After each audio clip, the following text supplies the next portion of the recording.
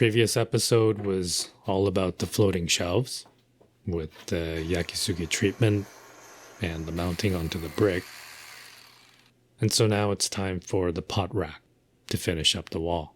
And initially I was going to buy one, but it turned out to get the size that I needed, it would have to be a custom order with an oversized package delivery fee, as well as a brokerage fee for crossing the border, which meant that it would push the final tally far past the acceptable range.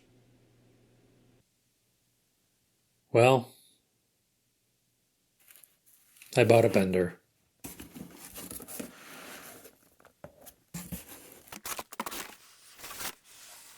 Just have to get some copper now. Here I am, back to the happiest place on the planet, because you can get stuff like this. 1/4 inch thick, 2 inch wide, 72 inches long, square-edged copper flat bar. This was $280, so $280 plus the $145 for the bender. What is that, $425? That's still not even half of the custom quote. The bender took maybe 5 minutes to set up. There's many different ways you can arrange it for whatever it is you're bending. It is supposed to be secure to a solid surface, but I just used it in the vise. So I've got the stopping block, this here is the pivot, and then the die. This setup is what worked for me in this case, but the bender does come with a wide-ranging size of dies. So I'm going to start with the outside bend first.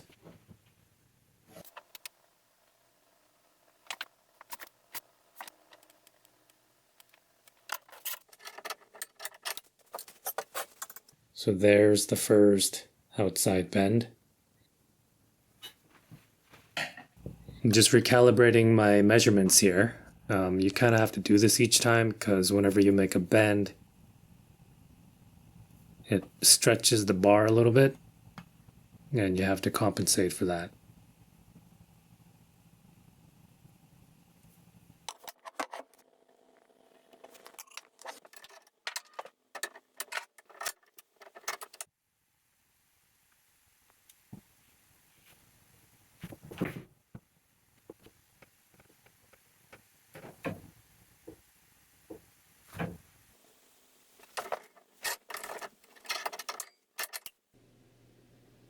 So with both sides bent, I'm just double checking that it is indeed 3 inches deep and that everything is 90.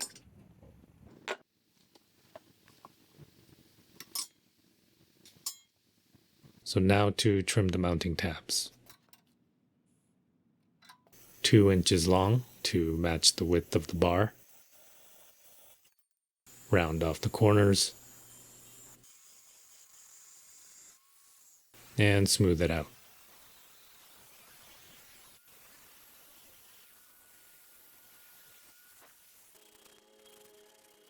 So with the main rack finished, it's time to make the hooks.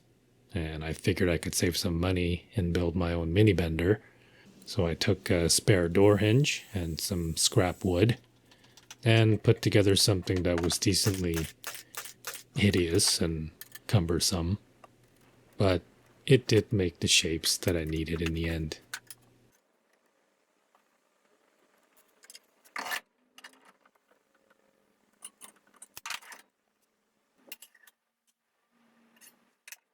I mean, it does work, but there's quite a bit of play, a lot of flex, and overall, it's pretty sloppy operation. Also, the bends are not as sharp. It's a bit tricky to get it consistent as well. I think if I made 10 of these, they're all going to look slightly different. So this was another 100, but I think it's worth it.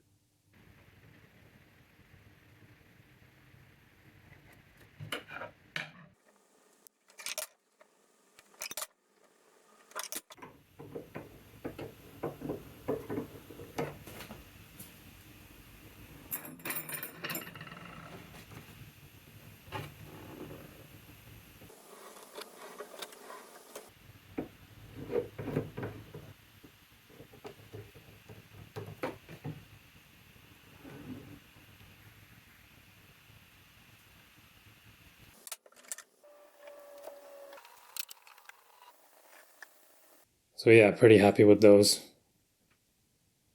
All exactly the same size. And pretty happy with that as well.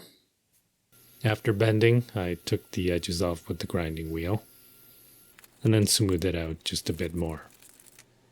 If you've watched the drawer pull making episode, you might think this is a giant version of that, and you'd be right. I wanted the rack and the pulls to be the same style. On to the drill press now with a dab of cutting oil, starting with 1/8.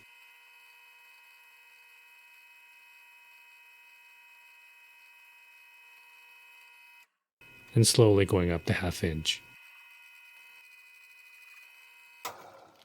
I have the rack temporarily fastened to the shelving because I wanted to solve this.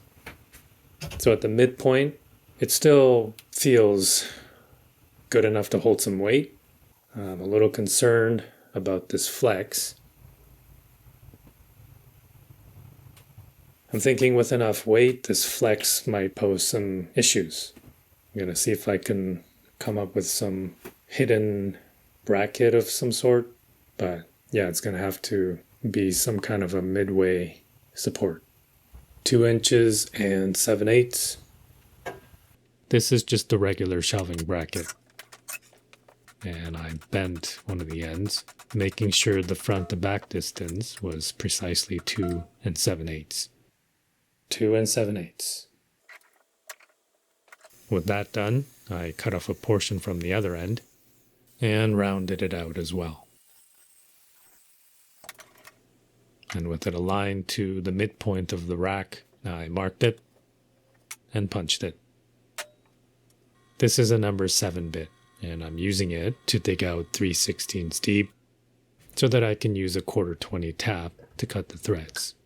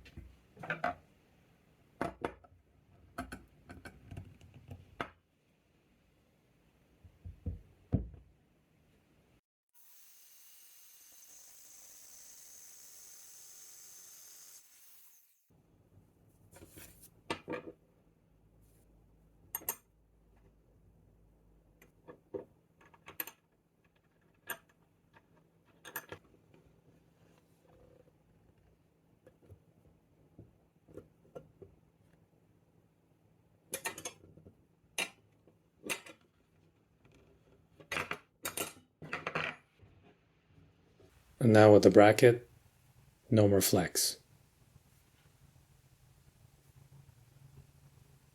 I made this trough out of scrap wood and then lined it with some poly sheeting so I can use it as a bathtub for the rack, for the vinegar steam bath.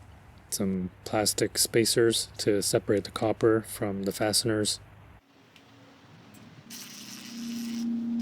So it's like that on both ends. And now I need to pour the vinegar. I don't need a lot, just enough to cover the length of the trough.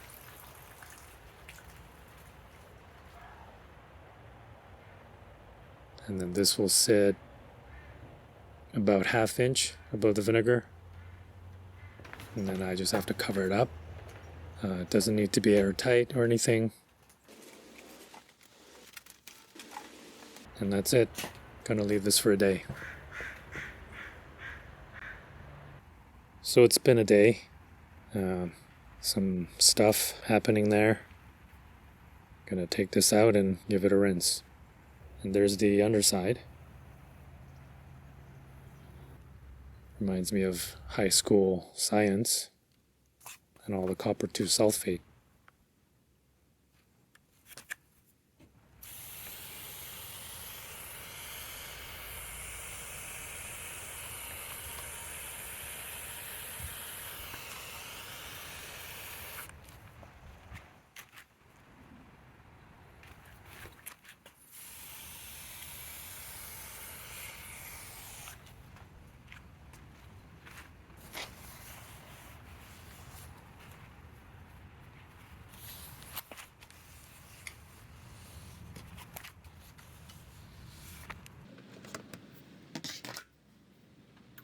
And the same thing here for the hooks.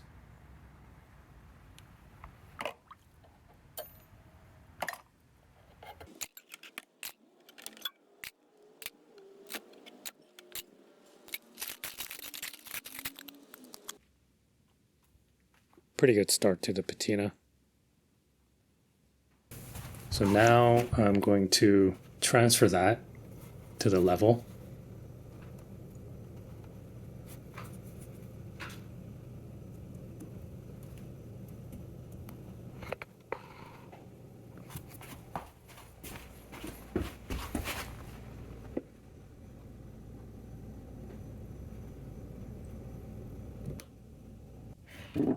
And then mark the center.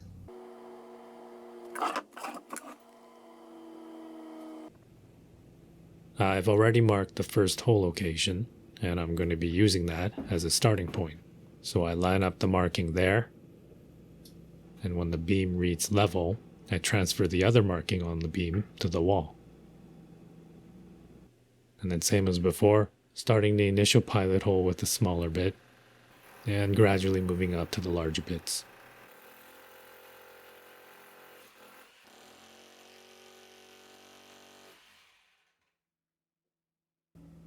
I've got a copper washer over a Titen HD. I'm going to run this in with the ratchet.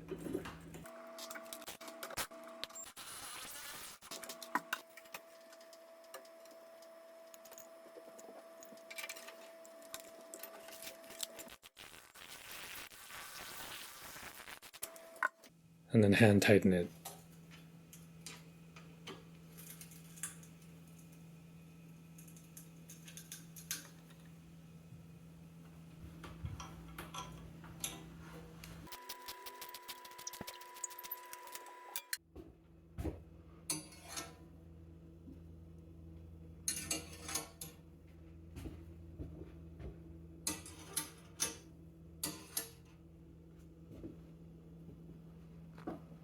So there it is. Pot rack installed. Next episode, it's finally time to put the floors down, so we don't have to wear shoes in the house anymore. Until then, that's about that.